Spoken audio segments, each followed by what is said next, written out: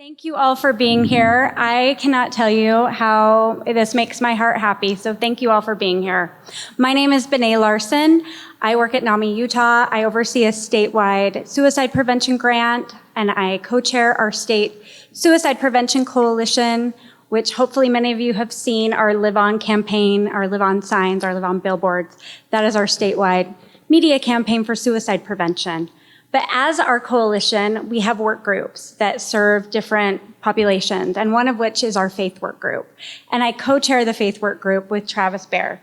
And I'm going to let Travis introduce himself, but we are so incredibly grateful for all of you to be here today. Thank you, Bené. My name is Travis Bear. I'm a licensed clinical social worker, and I work with family services in the Church of Jesus Christ of Latter-day Saints. And I've built a career, but even before I went to graduate school, on suicide prevention work. And this effort with Bené and this faith work group has been a tremendously fulfilling opportunity for us to bring suicide prevention into the faith community. And we couldn't thank all of you enough for your interest in joining us in this effort. So thank you for being here. All right, we are so excited to be here today, and I'm just going to do a few little quick housekeeping. Bathrooms are on this side of the building, so if you go out this way and make a right and keep going, you'll see the bathrooms. There's bathrooms that way. There's a place where you can fill your water bottle up. We've got breakfast, we've got coffee and tea, hot chocolate, and anything you would like over there. We'll be having lunch at 1, I believe. Just a clarification, there's a typo on the breakout room. It says 209 and 312. It should be 212. Nope, 213. See, we messed up all the numbers. But it's one room, so it should just be one room, and there are signs that will point you there. Anything else I was missing? If you need Wi-Fi, there's a sign out there that gives... And there's one right there. Yeah.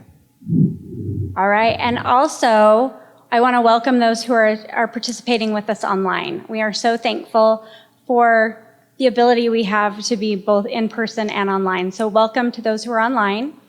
We hope that you will be engaged and have opportunities to ask questions of our presenters. And if you do have questions, we have Jaden who is monitoring the chat for us. So thank you, Jaden. And we are going to start our day with a prayer from Reverend Chelsea Page. And I don't believe Deacon Dodge has made it yet, so I'm hoping if he shows up later, we'll get to hear from him as well. But we are so thankful for all of you faith leaders that are here that have made this an important focus and for the ability to be here today. We are so thankful for each one of you. I'm thankful for those who make this day possible. We have a wonderful work group, and we will introduce all of them at the end of the day, and hopefully we can give them all a round of applause because we can't do this alone, and we're so thankful for each one of you. So welcome, and I hope today as you listen to our speakers, whatever touches your heart, if you will write that down. If there's someone in your congregation, within your family or your neighborhood that you think about, check in on them, love them, support them, ask them how they're doing, make sure that they have the resources and their needs met. So thank you so much for being here.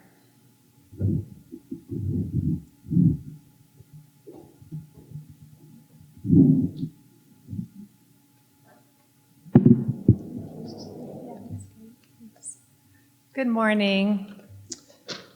I invite you to take a moment to remember your why for being here. Maybe you can call to mind the moment when you were first inspired to be a part of this day.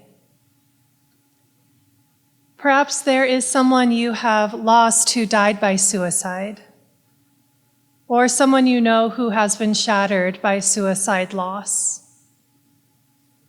Take a moment to call them to mind. Allow their presence in your heart and your honoring of them to fill you with energy for our life-saving work today. Your presence today here matters.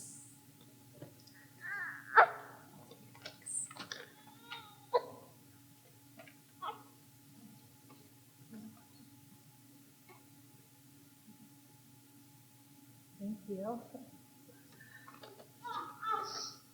Now let us pray.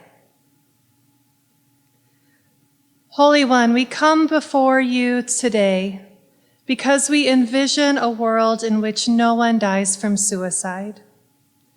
We lift up to your compassionate heart all those we have loved and lost. We ask for you to comfort those who grieve, and we ask your strength and protection for those who are struggling with thoughts of suicide. We thank you that you have given us a community where we know that each life matters so preciously to you, and where we hold on to hope that living is worth it and life can get better.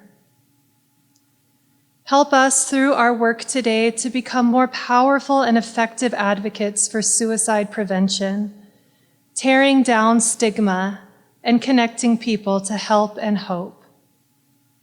We thank you for our statewide coalition and for NAMI and all the organizers who made this day possible.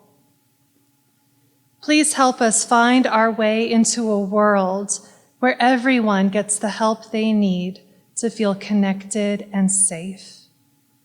Amen.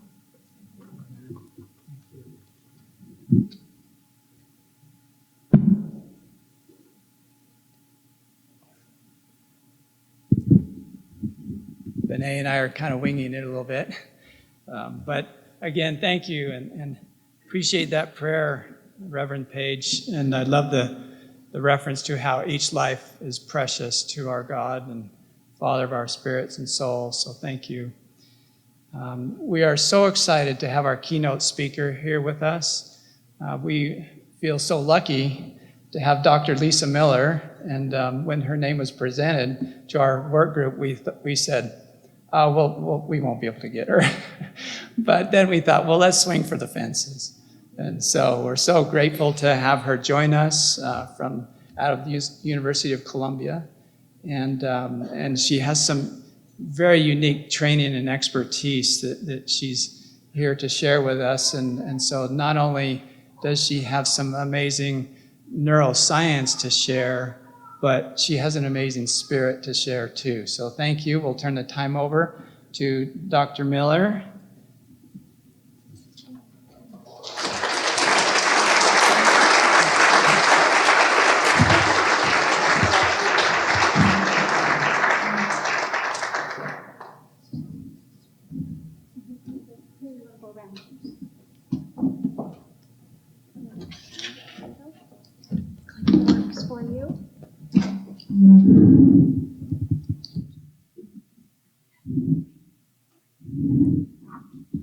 Good morning. Good morning.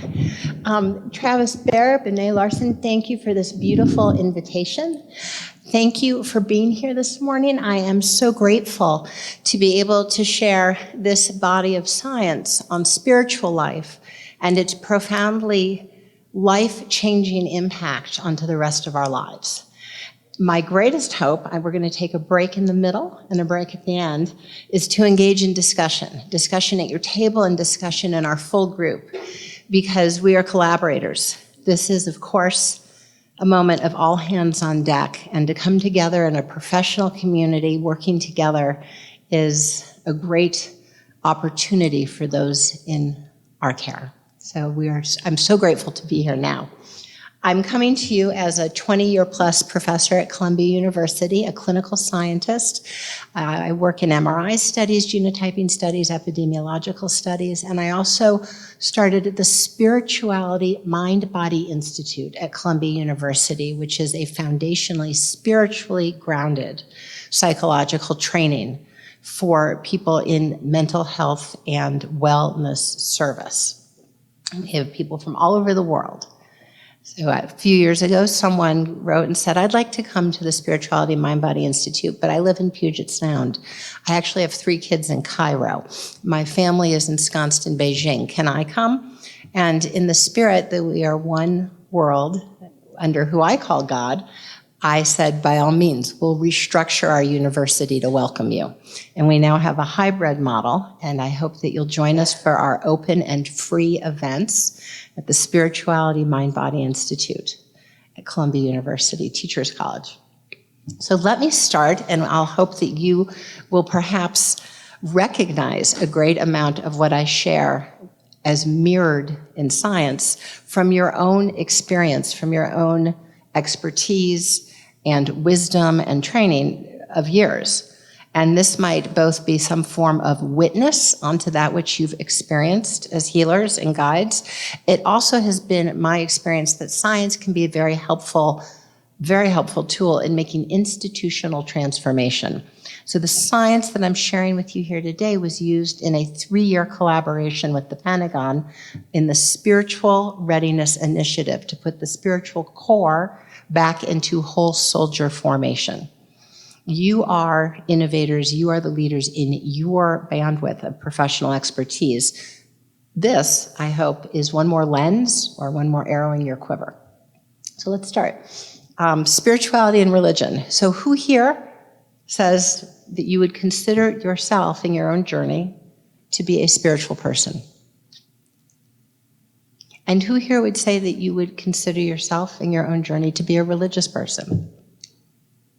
Okay. So if you ask a clinical scientist, what's the relationship between spirituality and religion? The first finding, of course, you may well have seen that 70% of people in our country, in the United States, consider themselves to be both spiritual and religious. They consider themselves to be at the intersection of both. They say, my deep spiritual experience and awareness is held in my faith tradition, the sacred prayers, the text, the community, the ceremony, and whatever beautiful faith tradition we may be from around the world, whether we are LDS, Jewish, Muslim, Catholic, Hindu, wherever we are, spirituality is given to us as a gift from our parents, our grandparents, our faith tradition, whether we are Hindu, Catholic, LDS, is a gift given to us by our parents or grandparents, our community. It is handed to us 100% environmentally transmitted. It is a gift. Spirituality is innate, the capacity through which we experience a transcendent relationship, the relational transcendent awareness in every single one of us is an innate birthright. How do we know that? Big claim for scientists, although it may not be surprising. If we use a twin study, a method through which we can determine the extent to which any human capacity is inborn, environmentally formed, or a mix thereof, we look at twins raised together, twins raised apart, and factor out their commonality as a function of genes and environment. Temperament, by way of example, whether we're introverted or extroverted. So in our room, who might consider yourself to be introverted? And who extroverted? Yes, when you were 7, were you pretty much the same? Temperament is half innate. It is in our wiring, and yet it is also half environmentally formed. We can cultivate our stance in the world. I have 3 children, and the middle child, who goes by Center Child, she was named that by herself early on, about 2nd or 3rd grade. The center child slept through the night as a baby at 18 months. If you might have a center child who slept through the night at 18 months, I'd walk across the house, soothe the baby, and come back 4 times a night. Soothing environment, waking up uncomfortable, anxious, hardwired. So the center child is now a wonderful artist, a beautiful soul. She sleeps through the night. She has allowed me to share at times she's a bit anxious. Half innate, half environmentally formed. You all are healers, guides, leaders. You are people of intelligence. You were born that way. IQ is 60% innate, 40% environmentally formed.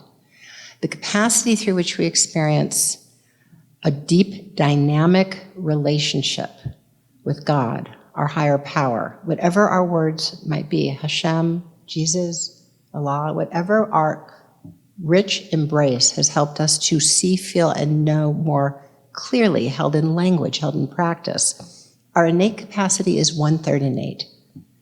Every baby on earth, every human being on earth is a spiritual being. 1/3 innate, 2/3 environmentally formed means that there is a great deal of cultivation that goes on in our homes, and as we leave our home, the choices we make bring forth the cultivation or not of the spiritual core. This is perhaps the most important decision that we make as we grow older. The spiritual core is highly sensitive to practice, to cultivation, as you know through your experience. So as such, and I want to be very clear, every human deep experience has a docking pad. Our temperament has a neurological docking pad. Our brain holds experience. It doesn't mean the brain makes experience. It means there's simply a correlation between body, mind, and spirit, how the brain runs as the spirit mind experiences something. And as an innate capacity, we have a neurodocking station. This 1/3 innate comes with a neurodocking station, and it is here. We published this in JAMA Psychiatry in 2014. These huge regions in red. Normally MRI studies, everyone's over the moon and we've really found something amazing. We publish it because there's a tiny speck. When our lab tech came with this map, everyone almost fell out of their chair. These are huge regions represented in red of strength, if you will, cortical thickness, processing power, to go hand in hand in people with a sustained spiritual life over 8 years.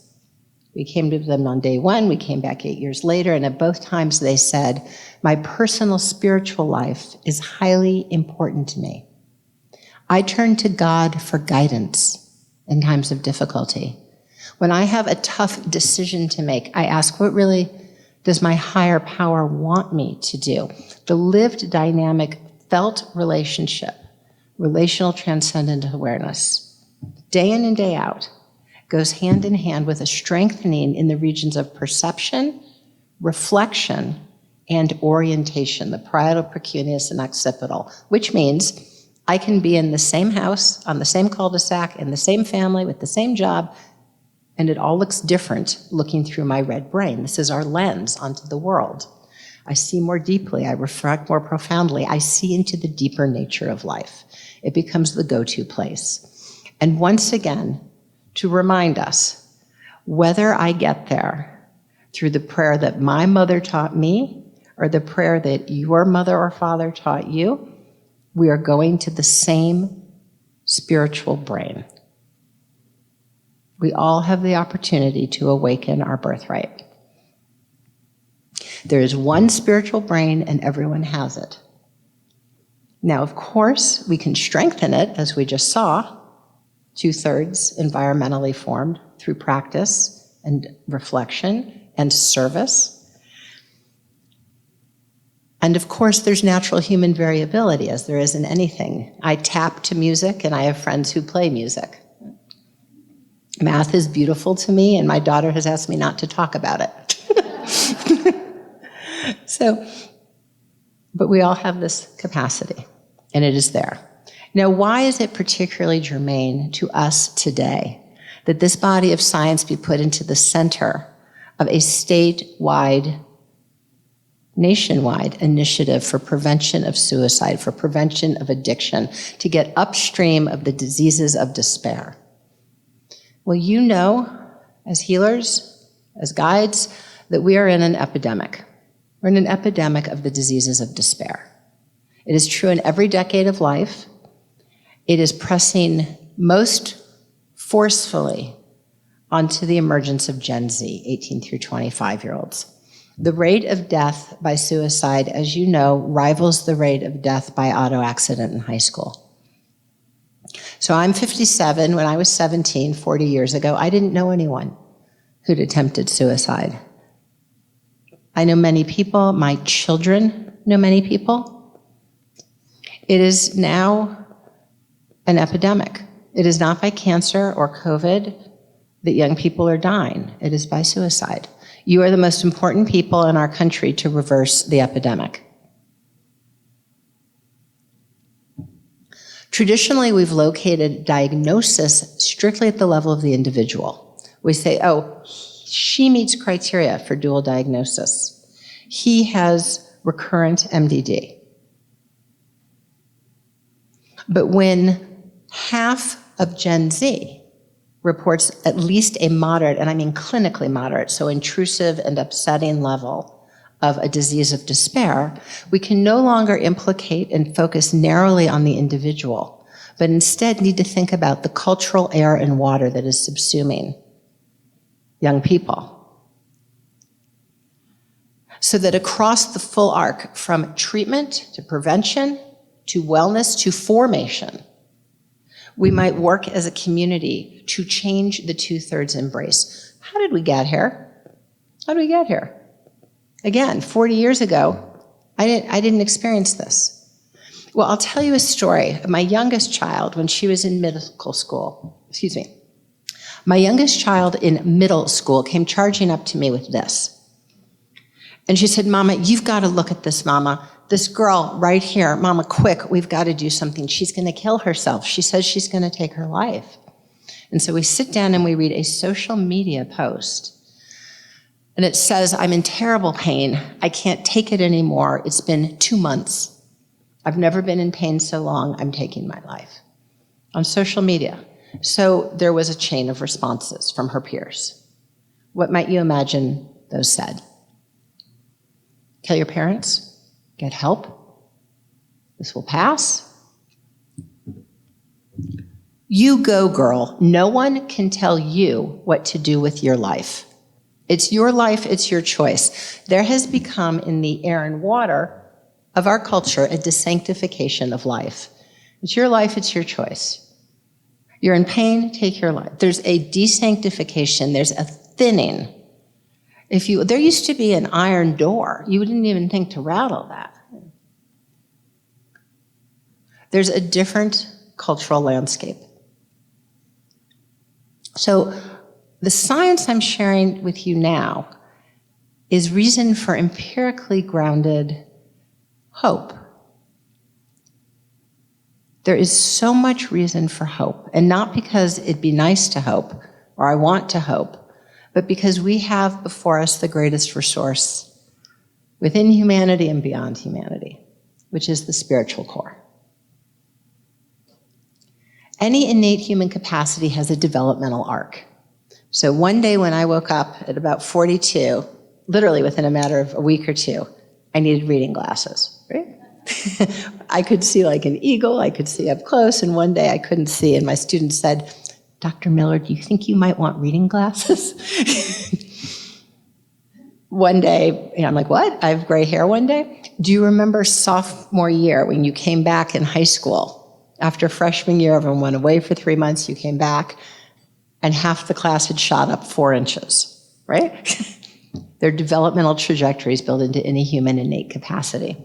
Our 1/3 innate capacity for spiritual awareness, for a transcendent relationship, and to feel that presence in our love for one another, relational spirituality, has a developmental arc. Longitudinal twin studies show us, come back and run the study when everybody's 13, 15, 18, 20, 25, that there is a surge. It is marked by a 50% increase in the heritable contribution, which means a biological clock goes off, a hunger for purpose and meaning. And I don't mean, am I going to be a therapist, a teacher, or a lawyer? I mean ultimate meaning. As a human being, as a soul on earth, what is my ultimate purpose in relationship to ultimate reality? And what is the nature of ultimate reality? And with the nagging of the head comes a hunger of the heart for love and the numinous and connection. Whether or not we are told about it, this comes. Every faith tradition on earth, bar and bat mitzvah, confirmation, has a coming of age, the inipi, the sweat lodge, that links physical maturation to spiritual emergence. The community comes around. So I'll share with you that one day, to my class at Columbia, I had a wonderful knock at the door. I went to the front door, and out of the blue, I had 60 graduate students sitting in their chairs, and at the front door were 9 Navajo girls. And I thought, what a gift, right? We don't plan these great moments in life. Please come in. And I said, would you like to talk to my class? And they thought the class would be a class of teenagers. So they peeked in and they saw the grown-ups and they said, no, we don't want to talk to your class. And so I stood out in the hall and I told them the story that I share in The Awakened Brain of Isaiah Lakota, who was found with the help of the Lakota. And they're like, okay, this is okay, she's okay, we'll go back in. So they line up in front of my class, 9 Navajo girls. The ringleader steps forward, pulls out her earplugs in pink fleece. What do we talk about? I said, well, you can talk about anything that you want to teach us. What is important to you from your culture? And she said, oh, I know. Just like that. When I, in front of 60 adults, 16-year-old girl, when I got my period in front of all these adults, my grandma, she smudged me. And she said, run here and run there. And she put me through tests and trials. For 3 days, I dug a big hole and I made a corn cake for my community. And after all that, I sat in the spirit hut so that I would know my bigger spirituality. And she stood very whole and tall, telling us roomful of adults of her bridge, crossing, coming of age, body, mind, and spirit. Fully integrated. This is the opportunity of every teen's lifetime, to integrate the emergence of their spiritual awareness. It is a process which, to the ears of perhaps therapists or counselors, might be thought of as spiritual individuation. The discerning of the me and not me of spiritual life. Everything you told me, mom, dad, grandma, grandpa, pastor, priest, imam, rabbi, friends by the lockers, it's up for reflection. How does it resonate against my own inner compass? Now, this process can be one of great quest, because with the burgeoning of our spiritual capacity, it can often feel like a half-empty glass of spirituality, an existential hunger, a gnawing. And some young people will put this very clearly, I just don't know what my point is. I don't know if God exists. I don't know how to understand God. I don't know if the message that I got from my family is true for what I think about God. And some will even throw the baby out with the bathwater, the spiritual baby out with the bathwater, because they met a torchbearer holding the truth, the way, the light, who was only a human being. It turned out the torchbearer was only a human being, and as such, perhaps didn't walk the walk perfectly, or perhaps they were foibled, or perhaps there was more of an egregious limit in the torchbearer. But the confusion between the torchbearer and the flame is a profound point of opening an opportunity for the reconnection to the flame.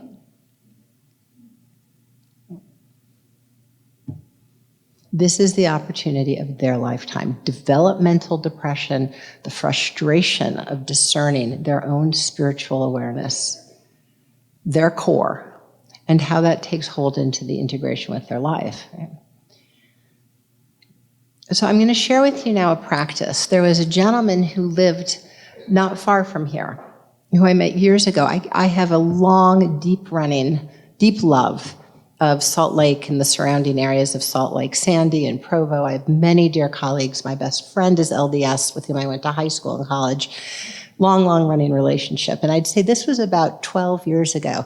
I was speaking at BYU, and in the back row of a large auditorium was a man who I couldn't take my eyes off of. This gentleman was probably in his late 70s. And while I'm going through my numbers, this man is giving off incredible love. And next to him is his equally loving wife, giving off incredible love. So I share the talk and I keep looking at the loving couple. And the second I'm done, I bolt it to the back of the room. I've got to meet this loving couple. And you may have crossed paths with him, the late Dr. Gary Weaver. Dr. Gary Weaver had worked for 28 years with court-referred boys. Boys who had suffered tremendous abuse and who had become abusers. And they did not have a lot of people who wanted to work with them. Dr. Weaver saw through to their soul and loved them. He found that most of them had met a torchbearer who didn't just walk the walk, but who made some very egregious wrongdoings. And that the bulk of his work was to reconnect that boy with the flame, who I call God. And so he did two things. The first is he'd take them out into the Moab. Remember, relational spirituality, to feel God's presence, our higher power, and that love as we turn to one another. And they went through tests and trials and challenges, and no one was done for the day till the last person crossed the line. He worked on relational spirituality. This is where he really found there was a lot of blockage. It's what you might call, we call in clinical science, spiritual injury. We speak a lot of moral injury that goes hand in hand with PTSD. The world as I know it does not hold, the moral universe does not hold, but under it is very often spiritual injury. There was a time in my life where I felt closer to God. I felt more worthy before God. It was easier to pray. I can't connect as I once could. Spiritual injury is often concomitant with trauma. And he found a way in, thinking of the torchbearer. I'm going to invite you into a practice because Gary Weaver became my go-to person, the gentleman in the back of the hall and his wife. I flew them out to Columbia a number of times. I insisted my own students go to the Moab with them and the court-referred boys. And my students would say, well, I'm really busy this summer. They'd come from Midtown Manhattan. They'd bring their Purell. They'd have big sun hats. And they said, do we really have to go? And I'd say, no, but if you want to work with me, you have to go. And it was life-changing. It changed them. It was their education. We just kind of trimmed the edges. We put lace on the edges. This was the central practice that he taught me and many of my students. May I invite you into this? It is an invitation. I'm standing in spirit. I'm sitting at the moment to share this with you.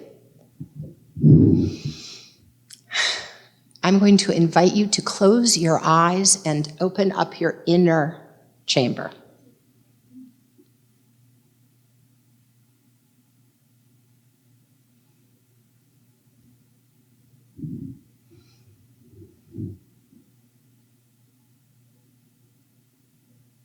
I invite you to take 5 breaths.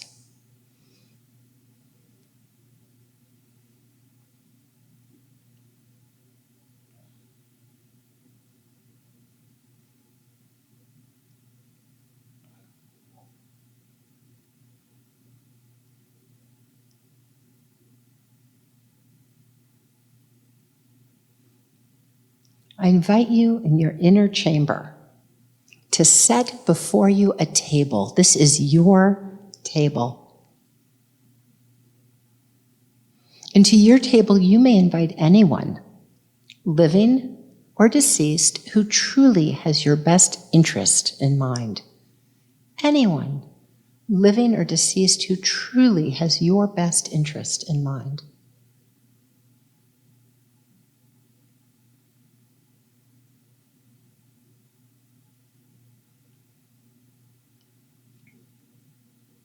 And with them all sitting there, ask them if they love you.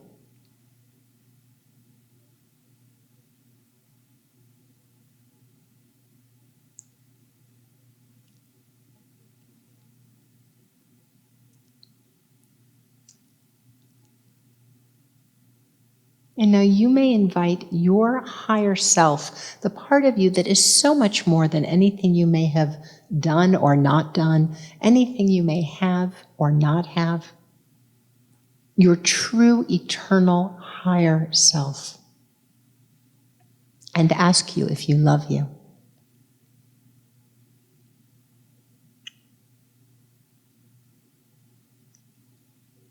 And now finally, you may invite your higher power, God, whatever word is yours, however you know your higher power.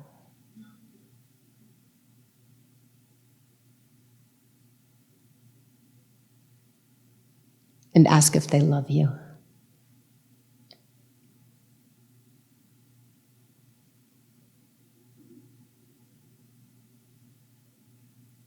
And now with all of these people sitting here right now, what do they need to tell you now? What do they need to share? What do you need to know right now?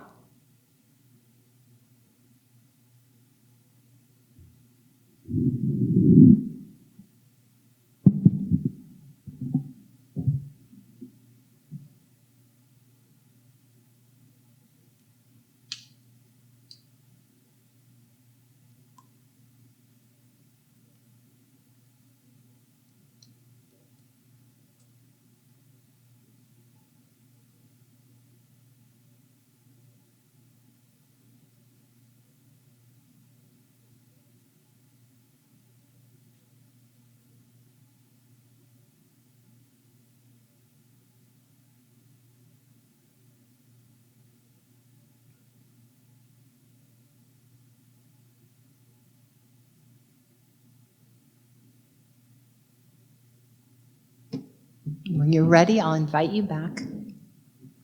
This is your birthright. This is your innate awakened brain. No one can ever take this away from you.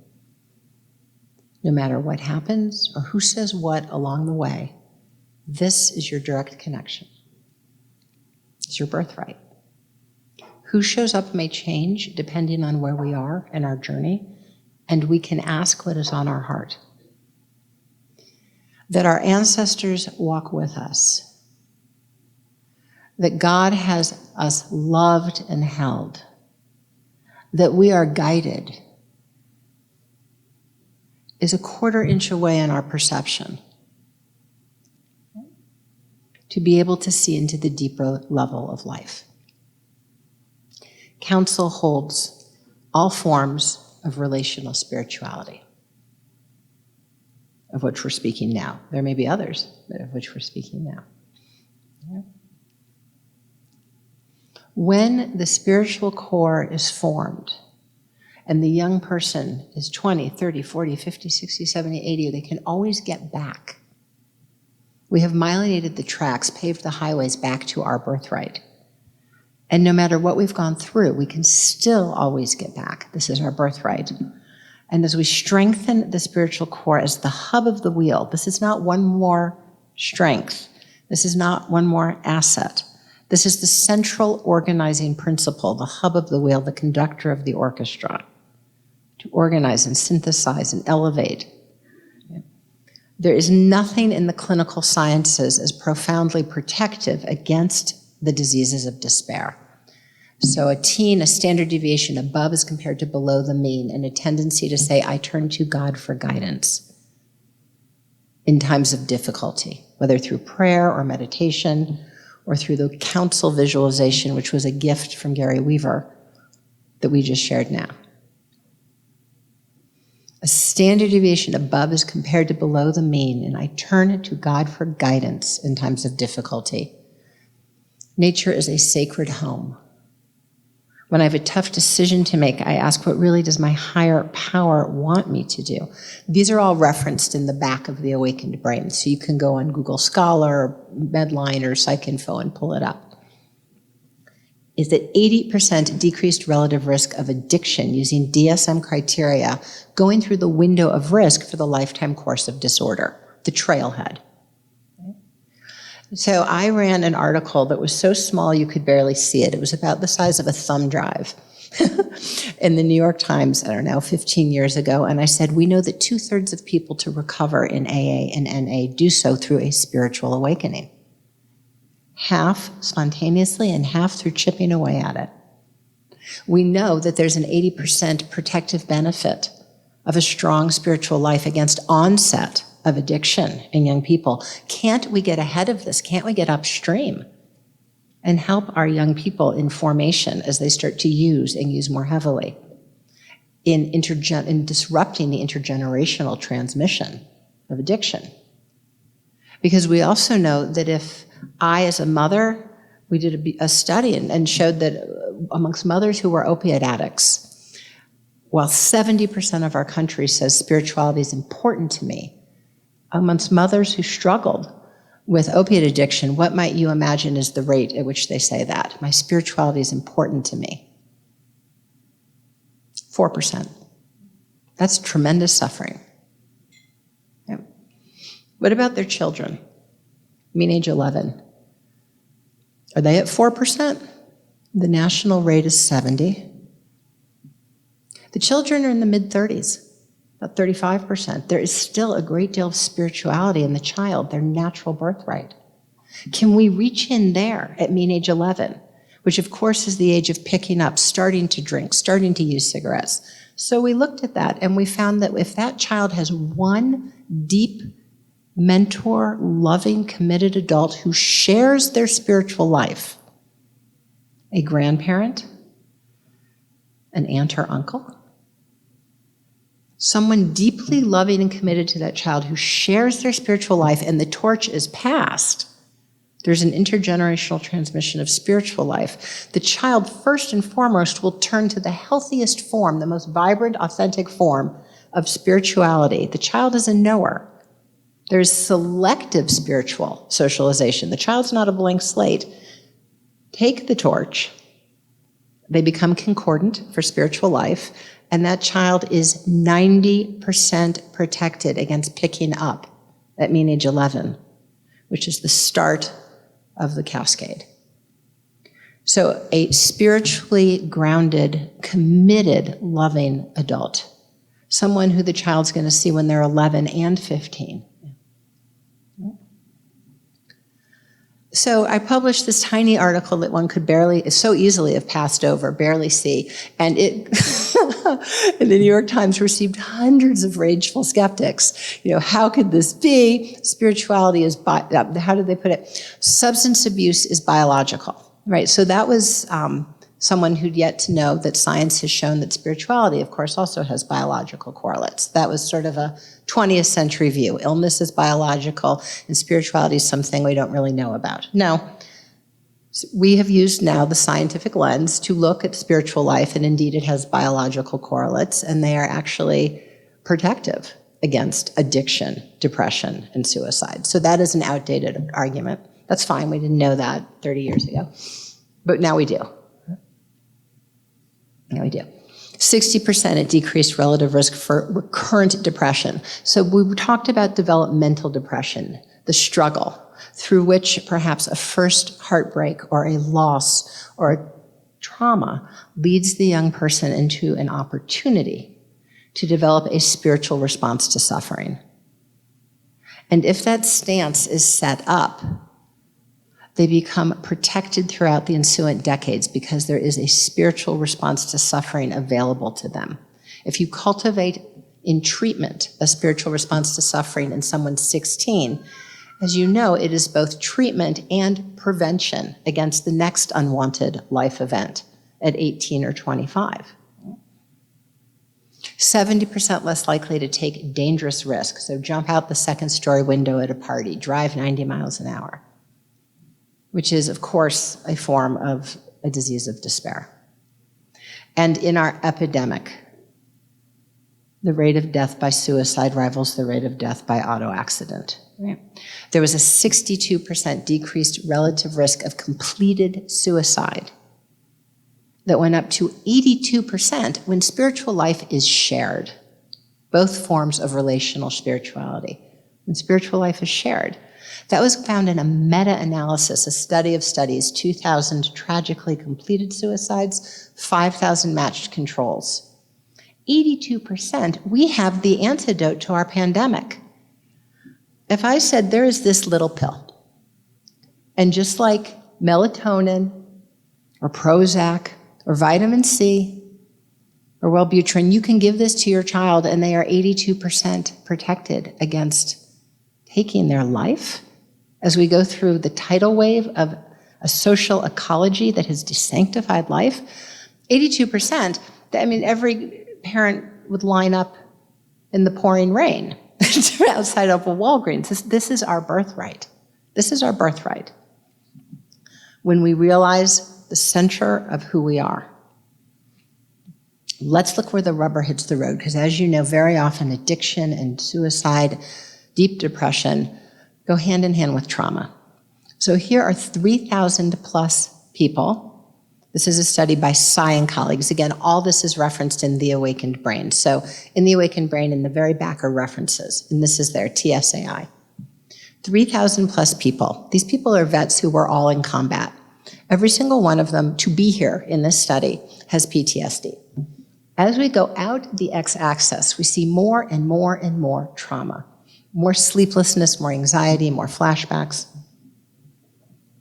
More struggle, more struggle. Up the y-axis are units of growth.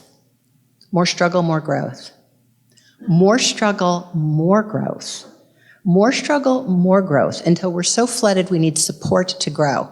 We are built so that trauma can be a gateway to growth, post-traumatic growth. Tedeschi and colleagues identified the 4 factors that help people get up on the curve. Access to the experience. These won't surprise you. Putting it in words, sharing it in a group.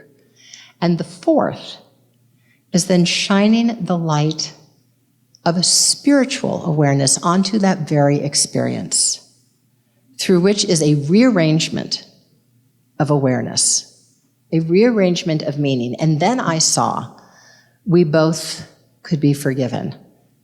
And then I knew God had been with me all along. And then I saw he, she was not to blame. The deep rearrangement of meaning that speaks to a wiser part of ourselves, the sudden reshuffling of meaning, that is not found in chipping away necessarily in a secular, in a model minus the spiritual core. It is a direct invocation of spiritual awareness using the awakened brain as we did here now. Because everything chipping away pulls on is historical. It has to do with today back. But the profound openings that come in our lives, the rearrangement of meaning, the breakthroughs, have information that is often spontaneous or has yet to unfold. Our awakened brain has an understanding that we didn't have 5 minutes ago. It is not necessarily historically based. Post-traumatic spiritual growth. And on the other side, we have not just recovered, but there is renewal. As the Chief of Chaplains of the U.S. Army, 2-star Major General Tom Soljam, our dear collaborator, says, we are made bigger inside. On the other side, the core is more developed. We may feel closer to God, our higher power. We may be able to look in the eye those whom before we felt too ashamed to see. We are not merely recovered, we are renewed. And in this way, just like developmental depression is a knock at a door to spiritual emergence, trauma can be the gateway to a spiritual deepening, to an awakening. I'm not against medication. If you're in terrible pain, by all means, but medication alone is insufficient to do these things.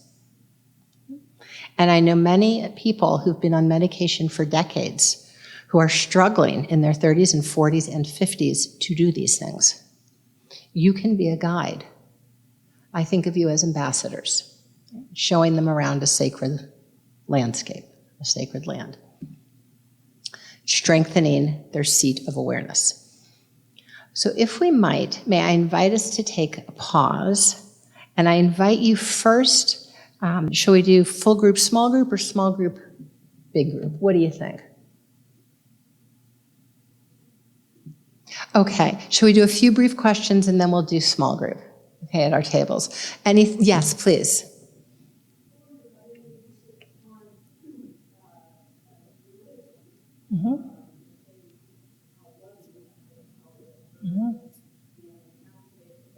This or else.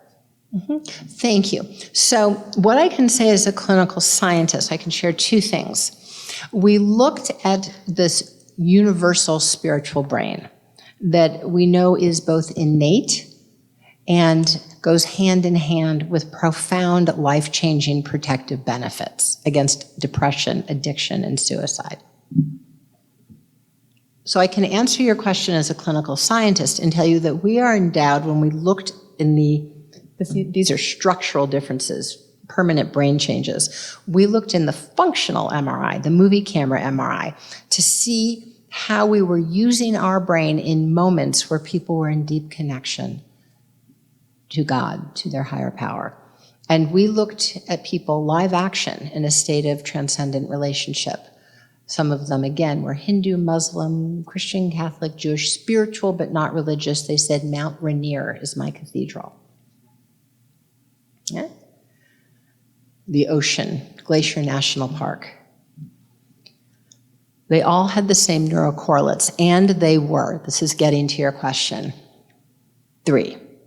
We see and know. We are born to see and know. And this is a seat through which our lives are full of love, connection, and resilience. That we are loved and held. The bonding network, just as we were held as children in our parents' or grandparents' arms, the bonding network engages, and we know, we see, that we are loved and held by our higher power, by God, by Spirit, by the universe. The bonding network. We know that we are not alone. The parietal that puts in and out hard boundaries. So you may be at one GPS coordinate and your brother or sister may be at another, but you're always feeling that deep bond of family. We are both distinct. I say to my students at Columbia, we are a point and we are a wave. We are distinct in different places, packaged differently, magnificently diverse and unique, and we are part of one field of life, one family of being. Whitecaps on one ocean, interbeing, Thich Nhat Hanh's notion, right? We are a point and we are part of the unit of reality. We are loved and held, we are never alone. And finally, we are guided. When we are in connection with our higher power, we shift from a very top-down dorsal to a bottom-up ventral attention network, which means we go from saying, why did I not get this? I really wanted this. Why did he or she or they not say yes? Why did I not get that job? How could I have gotten outbid on that apartment? What happened that I didn't get that? Spin, spin, spin. Rumination. Foiled, lost, not as I planned. It has everything to do with what happened today backwards, historically. Scanning for what I wanted, frustrated why I didn't. But then when I turn to God for guidance, what say you? What is life showing me now? What is being asked of me now? How could I love more deeply? That opens up into the ventral attention network where the lights go back on. And suddenly we see there is a whole nother direction. A whole new direction pops. We are loved and held, we are never alone, and we are guided. That is the seat of the awakened brain. Those are the neural correlates of our capacity to perceive. We are loved and held, never alone, and guided. When that is engaged, both in our connection to our higher power and in our connection with one another, so that we are loving and holding, no one is left alone. And we are guided. Loved, held, guided, no one is left alone. Everyone is a soul on earth. We are living in that capacity that has everything to do with a flourishing, thriving, well, and connected world. So that's the clinical science response. And I guess I might ask, if you're not hearing that where you're sitting in one place, could you walk down the street, maybe even in the same faith tradition, and hear it said that way? Loved, held, guided, and never alone. Everyone here is loved, held, guided, and is not left alone. I've seen just about every faith tradition do it that way somewhere. Okay, so second piece of data, sorry, big question, lots of data. Second question, second point is that we did look at young people who had a very close connection to God. Some of them spiritual but not religious, some of them religious in a very flexible sort of form, and some of them more textual, more connected textual form of their faith tradition. And it turned out whether I am in a highly traditional or orthodox, more for Jews, you would say reform or flexible, or spiritual but not religious. If I have a close connection that is authentic with God in all three settings, I have equally powerful, robust, protective benefits. Because what's at the center is a personal connection with God. Now, if I don't feel the personal connection with God, and I'll use my own tradition, whether I am spiritual but not religious, Reformed Jew, or Orthodox Jew, a more textually driven, closer to the text point of view. If I do not feel a close connection with God, then these rules actually are pretty brittle to live by. Because the second what the data shows that I break the rules, if I don't feel that connection and compass to God, I can have a big fall. So the rules alone will not protect me, is what we've seen. In a nationally representative sample, we found that actually once the first rule is broken, there can be an increased risk for depression, an increased risk for unwanted relations, that particularly a young woman is not as prepared if the little tiny first rule is crossed. Right? So it's really the deep connection with God that holds across all settings. And there are young people who develop a deep connection with God within Orthodox, Reform, and spiritual but not religious spaces. It has to do with who walks by their side. It has to do with their process. And whereas questioning is encouraged in some spaces and not all, we found, for instance, we had some West Asian students who in their own tradition were not encouraged to question, but found a deepening of faith. So there's different ways for different young people. In my own tradition, questioning is very much encouraged, to the point where, I like the way you question. So every tradition has its way in, but the real point is, has the young person found a direct, dynamic, lived relationship to their higher power? Yes? Mm-hmm. Yes. Oh, thank you. There's 3 bridges. So I focused on young people at the moment, but indeed, in the first bridge, coming of age and emerging adulthood, I ask, what is my purpose? And I might be verbal or I might be not particularly verbal. Perhaps you've heard a young person say, everything is so stupid, everyone is so fake, I don't know what the point is. Right? That's an existential probe. Right? Authenticity, deep meaning. And remember, in the tidal wave, there's not a lot of help. The second bridge is midlife. Have I lived into my ultimate meaning and purpose? What is my spiritual footprint? What type of parent am I being? What is really the wake of my work? Head, heart, and hand. And the third bridge is crossing to elderhood. How do I get the world to the place that I'd hoped? What is going to be my living legacy? I don't mean my name on a building. I mean my living, breathing, sacred legacy. These are hardwired bridges. And what we see, you'd asked about the second bridge, is that often deeply spiritual people will have, again, a growing, an expansion of spiritual hunger of the heart and quest of the head.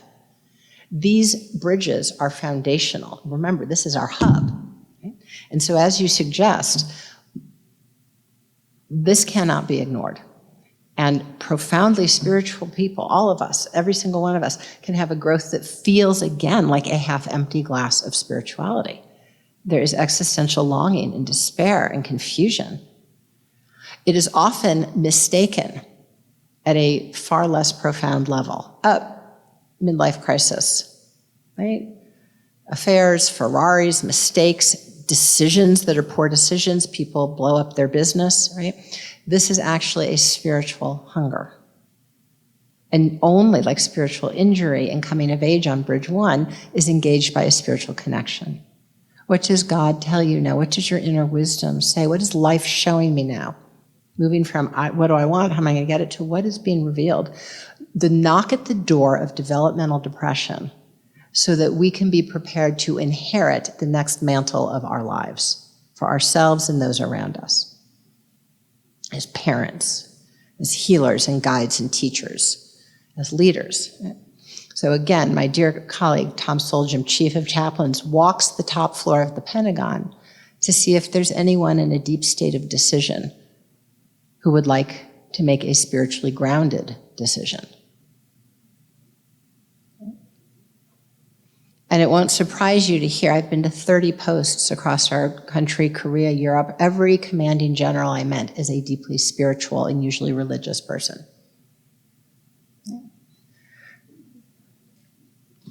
So, third bridge, equally important. In addition to the hardwired chapters, there are, of course, life events. Right? And that is where the knock at the door becomes an opportunity for spiritual growth. I had a student who, as a child, both her parents died. And as she sat by the bed of her second parent to die, she said, I lost everything. The egg cracked, I was alone. And then suddenly something opened up and I found everything. And she's now deeply connected to God.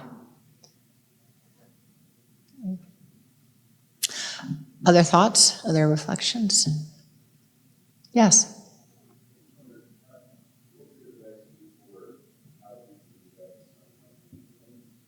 Mm. Mm-hmm.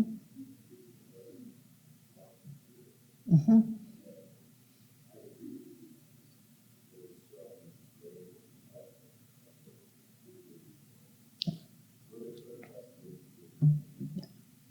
Thank you. Thank you. As some of this will not surprise you, as you know, you are a vessel, a carrier of relational spirituality. And your relationship, just like the child of an addict who has a spiritually grounded, committed, loving adult, your relationship is the start of a transformation right there. A group in which people speak from the spiritual heart. So we do this, and it can be a pluralistic group. There's a universal spiritual awareness, our spiritual brain, that can be told and expressed in a multitude of traditions and outside of tradition, spiritual pluralism. Okay? And we do this in my class at Columbia. And what I hear from people is when you tell me your spiritual stories, it opens doors in my awareness. So some type of foundationally spiritually grounded process group, support group, they don't all need to have the same diagnosis. What makes it a group is that they're exploring the spiritual path. I'll give you an example of pluralism. I'll have 4 students, and one will say, when I came of age, very diverse students, when I came of age, my grandma, she tattooed me, and it linked me to my mother, and my mother's mother, and my mother's mother through time. And the next student says, yeah, I get that, because my grandma, she adored me. I came home from school, and it was my grandma. And we'd sit at the kitchen table, and she'd listen to me, and she taught me to pray. So now when I pray, it's kind of God and my grandma all rolled up into one. And the next student will say, yeah, I got that, because my grandma, she's passed, but she walks with me. And when my back's against the wall, I can hear her in my mind's eye. And the next student will say, I don't know about my own family's faith tradition, but energy can never be destroyed. So yeah, that's your grandma. Okay? They are deepening and strengthening their spiritual core by talking and sharing the reality, the precious. They're not arguing about whose tradition is best or how the universe is really made. I want to know you in the deepest way. And just as we work for diversity, inclusivity around race and gender and orientation, the next heel strike for our culture is inclusivity around spiritual life, explicit inclusivity. And that's a way that when we talk it and we share it, it strengthens. And then finally, practices like the one I shared, and I'll share another in a few minutes, in the language of life, allow people to say that, your other experiences that you may not have paid as much attention to, are they real too? and help bring forward experiences. I'm so glad you asked, because like the work of Dr. Gary Weaver, it really is at the center and can keep people in a lot of pain. Yeah. Thank you. Yeah. Yes. Hi.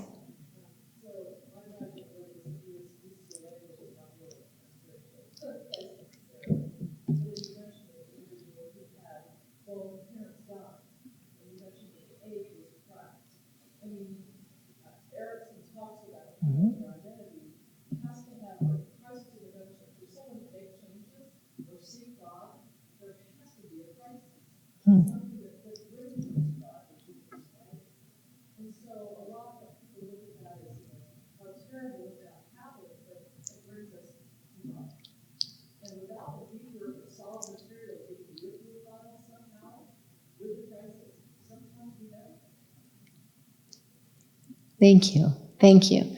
It can be the gateway to the most important awakening in our life.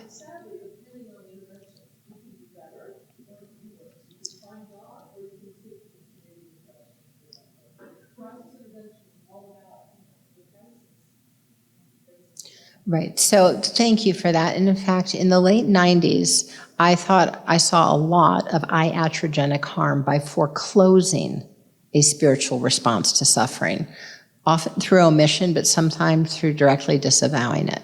And I think that is, to your point, the opportunity of their lifetime can be foreclosed or lost, your patients.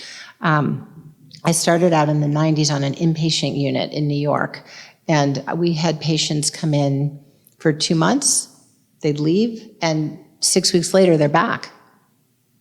And this was pre-digital, and I saw folders go from 3 inches to 6 inches to second folders. There was so many people who came in, what was called by the full staff, a revolving door. And these were kind people, and these were smart people, but the models at the time were insufficient. We weren't helping, and in fact, they were getting worse. So I started listening to the patients. And what they would say is, Dr. Miller, could you come talk to me? And talk to me would mean leave the offices, walk down the hall, go into the kitchen, and stand in the back pantry. So I'm standing with a patient in a pantry with pots and pans over our head. Dr. Miller, would you pray with me? The patient felt that couldn't be asked in the center of the treatment. The patient thought that had to be hidden. There was a disintegration of the spiritual core, iatrogenic harm. And so, of course, there's one answer, which is yes. And in this case, this was a patient who had been to our hospital 30 times, and she was now being sent upstate. Upstate was where people really often didn't return. And she was terrified, and she felt in many ways her life was ending. She said, will you pray with me? I'm going to upstate tomorrow. And she happened to be Catholic. I'm Jewish. She knew I'm Jewish. She took out her rosary, and she prayed as she had for years and years, as her mother had taught her. And then she turned to me and said, now, Dr. Miller, will you play your way? She didn't care that we were of different faith traditions. She wanted to share in the sacred connection. There's one God, right? And so I prayed the way my mother had taught me. And she said, now we went back and forth again and again, and then said, now let's make a prayer for each other. And here she was about to be sent away. And she said, dear God, please look over Dr. Miller when I'm gone. That was her prayer. And of course, I prayed for her. And the next day I went home, saw my husband, went out to dinner, came back the next morning. Her bed's made, she's gone. That was her lifeline, her own connection in community. Even if it was one other person in the pots and pans, I said that one other person, relational spirituality. No one can take your place in a transformative relationship. And how did we get here? That we have this situation and we have people praying by the pots and pans. Well, I think 40 years ago, in the good attempt to be inclusive, we threw religion out of the public square. And with that were some very serious losses. The first is that we lost our great American way of pluralism. Now, maybe at the time people were worried, can we do it? But we've grown up and we have many forms of pluralistic voice. Society has grown. Can we bring back the strong voice of spiritual and religious pluralism? Again, I want to hear about Easter and Christmas, and I want to tell you about Passover and Hanukkah, and my dear friend speaks of Ramadan and Diwali. I want to hear and know you in the deepest way. The second thing we lost was we lost the spiritual baby with the bathwater, so that we became a spiritually non-conversant society. In the boardroom, in the classroom, in many treatment rooms, in the inpatient unit where I was standing by the pots and pans. A spiritually disintegrated, and disintegration, as you know well, is unhealth. And finally, the biggest tragedy is that with 40 years is long enough for someone to grow up, have a baby who is our Gen Z. And whether it's in your office, or a university, or the US military, or an entry-level job, we have never had as elevated rates of the diseases of despair. We have never seen such fragility around life's natural bumps. I work with a large national organization that says we can't train our young people. We say, here's the job, go do it, fill us in, give us your docket. What comes back? No docket. Why? Because it's better to be fired than to be thought a failure, a loser.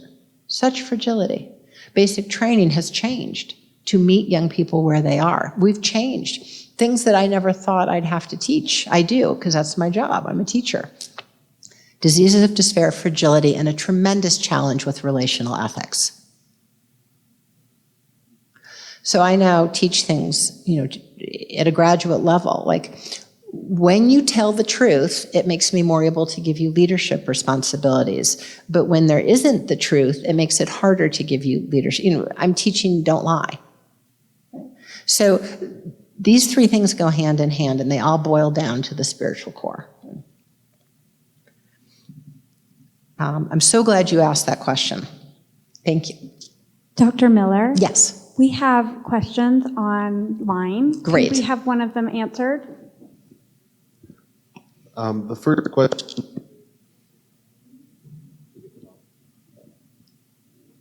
The first question is, when you say ventral, are you referring to the prefrontal cortex and dorsal and reptilian brain? Which the bonding network? The frontotemporal. So that in the reference is 2019, Miller, a bunch of people, Potenza, cerebral cortex. For the reference. Okay. Thank you. We have one more question on here as well. Do you have any work done with the Institute of Heart Math? And if so, could you please share? Oh, lovely. Thank you for asking. We had 9 publicly acknowledged suicides on the Columbia campus in 1 year, and decided that it was absolutely not, we're not going to sit in our lab. And if you'd found the cure to cancer, would you sit in your lab or would you cross the street and go help people? So we went onto the campus and have an awakened awareness. It's based on the awakened brain, an 8-week awakened awareness program that is inclusive and pluralistic and based on science to help strengthen and awaken the spiritual core. It is free. If you want to learn it, we teach it for free. This is not a cottage industry. It's grant funded and it's open. And we now have a multi-site study of awakened awareness on many campuses. Swarthmore and Lewis and Clark, and Utah Tech was part of it, and all sorts of religious schools, Laverne and Stetson, Columbia, Barnard, a lot of folks. Okay, what we found is that when people awaken through the type of practices I'm sharing with you here today, they are feeling closer to the sacred, the transcendent. They often pull back the word from their own childhood. They are less depressed. They show fewer symptoms of trauma, post-traumatic spiritual growth, where there had been spiritual injury. And they're less disconnected. They feel more a sense of belonging. It all comes from the spiritual core.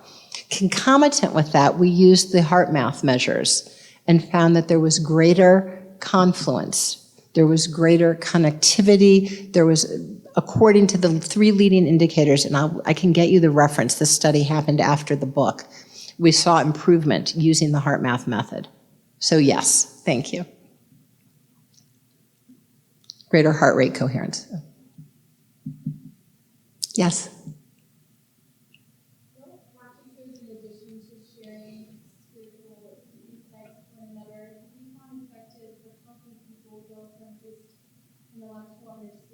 Mm. Mm.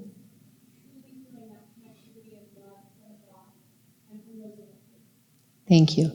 So in the formation or the making of the spiritual child or the renewal at midlife or any bridge or moment of response, right? Post-traumatic spiritual growth, developmental depression. Both forms of relational spirituality are impactful. And what the science says, it is both the ambassadors, whether it is the pastor, priest, imam, minister, whether it is a parent or grandparent, whether it is a counselor, an addiction counselor, suicide prevention, whatever the relationship is formed, walking the walk and talking the walk, which means living out the spiritual values in broad daylight so that the seeker sees you, so that the skeptic witnesses you. And talking the walk, narrating transparency into your own spiritual understanding of what we're doing here at the homeless shelter, of why it is I sat you next to the most difficult person in our entire organization, because you're a trail angel. You'll look at them with love.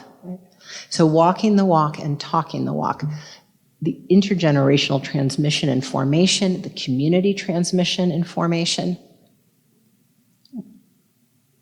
I'll give you a story. I am, as you know, a parent of 3, but before I was a parent, before I had children, a time I call BC. I used to work all the time. Now I only work when they're not there, but all the other times. And there I was on the subway on a Sunday, waiting for my train in New York. And it was a hot August, smoky urban Sunday. It was hot, and it was in the tunnel, and the subways don't really run on time. And when they finally come through, they're packed and often don't even stop. So one rolled by. I'm on the hot, smoky platform, and another train rolls by. And I think, how am I going to get up to work? And I want to go see my numbers and touch the computer. How am I going to get there? Third train rolls in, and it is packed.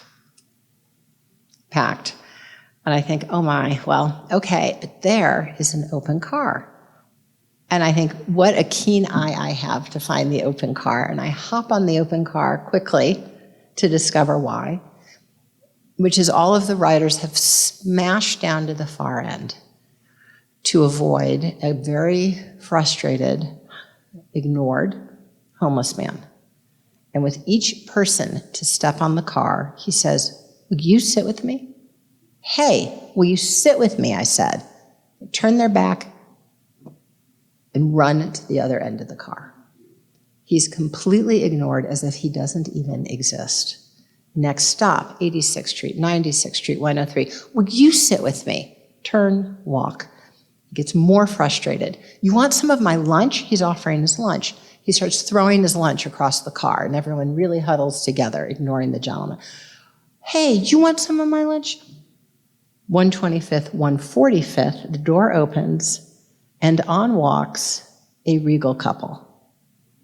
It is a grandmother with a white pillbox hat and white gloves in green pastel, and her beautiful granddaughter, about 13, age of onset, her spiritual life, and risk and resilience. The granddaughter is dressed like grandma with white gloves and a pink pastel. They are so lovely that the entire car cringes looking, knowing what's coming. And sure enough, "Hey, you two right there, you gonna sit with me?" Grandma and granddaughter turn, look at each other and nod. Not a word is said, walk right over and sit right next to him, touching. And he can't believe it. "You want some of my lunch?" "No, thank you." round, and he can't believe it. He exists. He's seen. And I look at them, the whole car looks at them. And in my mind's eye, I hear, it's Sunday, they're obviously going to church. What you do to the least of these, you do to me. It was clear to me in the quiet, silent nod that Grandma had walked the walk and talked the walk. So much so that the torch had been passed. And in that moment, at the deepest spiritual level, lived daily, walking onto the subway, seeing the homeless gentleman, we know he's a soul on earth. He's a child of God. He's equal, a being of infinite worth. And we see him. We see perhaps God in him. Walking the walk and talking the walk so clearly that it's in a nod. We know who this is, we know who we are, and we know what we're all doing here on earth. I think that's the way. I think that's the way. Other thoughts? So how are we on time? We have 5 minutes? Okay. Yes, please. I kind of live in a space of looking at the new age, the new atheists. Mm-hmm. Oh, thanks. Hitchens, Dawkins, Harris. Do you have a favorite atheist? Do you? And by that, what I mean is, because they have a lot of cogent arguments, and they seem to be maybe in juxtaposition to what's going on with our current population. They're attracting as many. There's a certain spirituality, I think, or a certain belief system in atheism. So I guess my question to you, do you listen to those guys? Do you hear their arguments?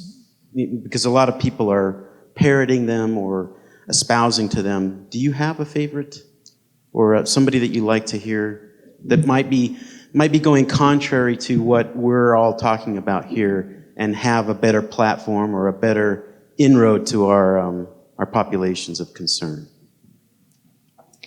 Thank you. When I listen to patients, when I listen to young adults, when we do the counsel exercise with young adults, some of whom start saying in the beginning that they're atheists, the third chair where you invite your higher power to the council, they don't know what that looks like. But I do find that many of them have a borrowed idea from someone else, perhaps a torchbearer, a narrative of what someone else told them or how someone else portrayed the presence or face of God. And that very oftentimes, it's said in the young people with whom we've worked as, I don't believe in God that ... And that was what someone else told them was God versus their own direct experience of God. They got that from a torchbearer. And I've also found, and I've spoken with people of many different faith traditions who found this, that the symbolic level of knowing that is represented in our many faith traditions is a level of understanding and really literacy in which the current generation is often not literate, that they're not able to read at the symbolic level and take that as an inroad to experience. So and again, across all faith traditions, I found that.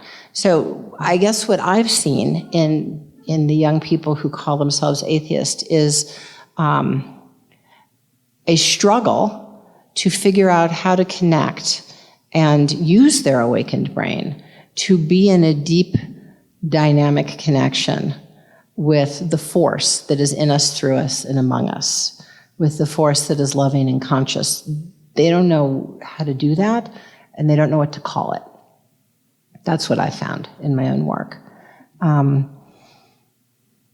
So that's what I would say. I have a practice, actually, that I use. Can we do it? One more practice? One more practice? One more practice. Okay.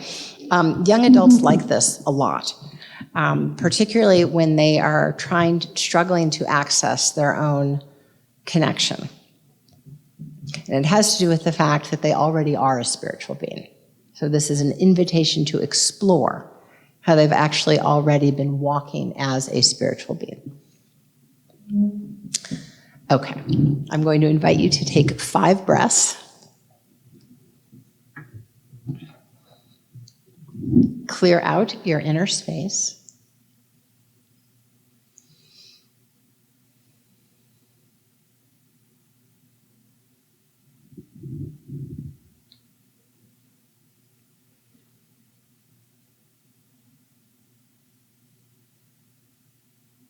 I invite you to think of a time where you wanted something so badly, and you did everything right to get it. A plus B plus C.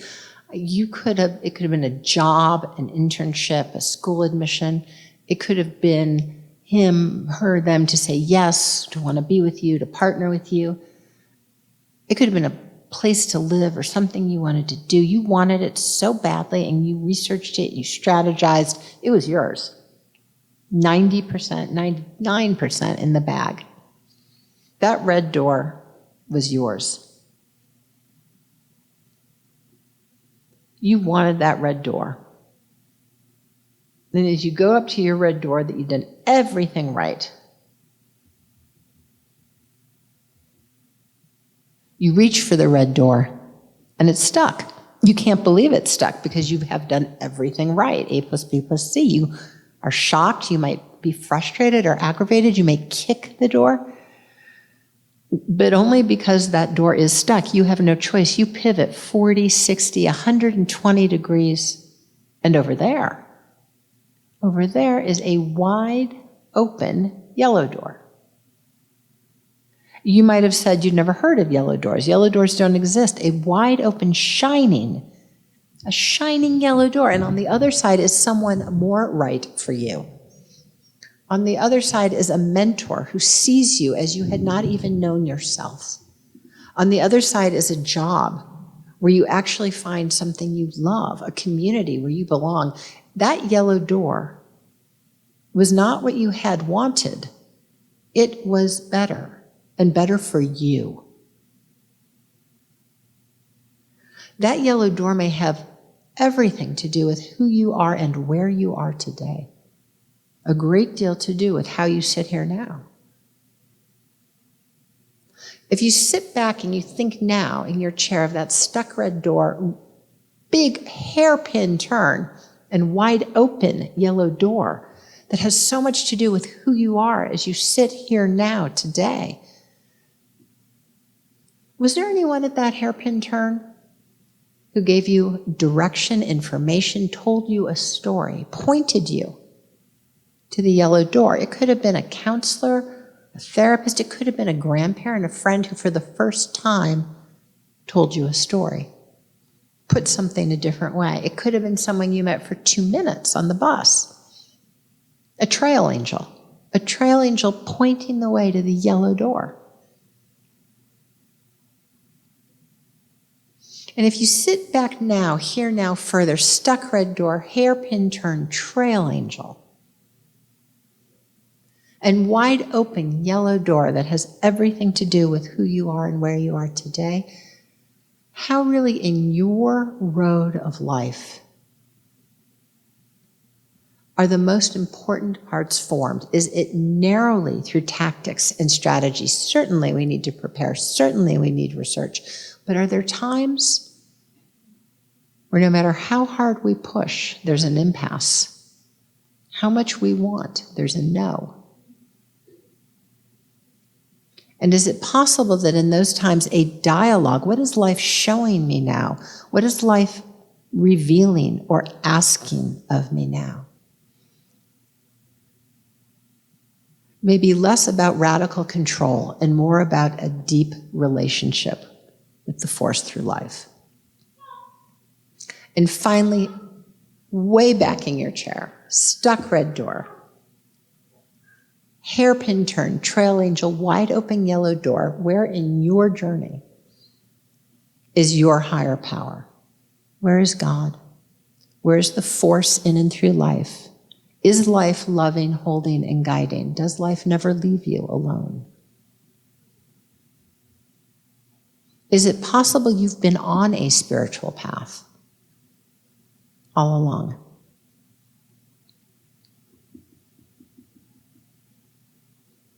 And when you're ready, I invite you back. That practice, I call it the road of life, and I then invite young people to add 2 more doors, or people in crisis, 2 more doors, 2 more hairpin turns, to see the necessary complementarity of the dialogue between achieving awareness and awakened awareness, between radical control and planning and strategy, in which we need, and we're all here now because this beautiful event was planned. But how you heard about it, or why you came, or more importantly, why you're on this journey in life, your guiding star may have been found through an awakened awareness. Because we are both a point, and we are part of Whitecaps on one ocean. I'm going to close with the most beautiful finding in science, and it is this: red brains. Every one of us has one. When we build our awakened awareness, we are able to see into life and toggle in a life of quest between discernment and inspiration and discernment. At our inner table of knowers are empiricists, we all have one, a logician, an intuitive, a mystic, and a skeptic who propels in the end faith and connection. The skeptic is not the bouncer at the door, because in a public square minus a spiritual core, there has been a confounding of rigor and science with radical materialism. Radical materialism says it's only real if you can touch it, if you can feel it. For much of the 20th century, there were people who said either I am a deeply spiritual person, I don't care what science can show or not, or I am a rigorous scientist, I only take to be true that which can be shown by science. What is this spirituality? But it turns out that spirituality and science indeed now for 25 years do go hand in hand. We now have a strong science of thousands of peer review articles. Science is a lens, it's only a lens, and we can point it at a broad host of questions, including the impact of lived spirituality onto the rest of our lives. And what we now know is that we are innately spiritual beings, and when we cultivate this capacity and integrate it into treatment, prevention, and formation, we are protected against the pandemic of the diseases of despair. We are more ethical, we are connected, we are more resilient. But there's one other piece, which is those very same folks with the strong red brains to cultivate their awakened brain actually had another marker, which is very compelling in science. They used their brain differently. They gave off in EEG readings a specific wavelength called high amplitude alpha. It's a wavelength, high amplitude alpha, the spiritually engaged brain, the red brain. If it goes by another name in another field, it's Schumann's resonance. It's the wavelength of the Earth's crust up 1 mile, nature, all the way around the Earth. The constituent wavelength of life. When we are engaged in transcendent awareness, we rejoin the wavelength of nature, and so too a walk in nature entrains the brain. The spiritually engaged brain rejoins creation. It rejoins life.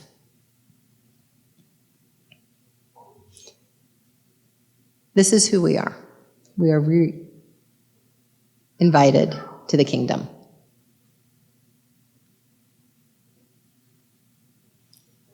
No one can take your place. We go from being very alone to never being alone. Never, ever being alone. Thank you.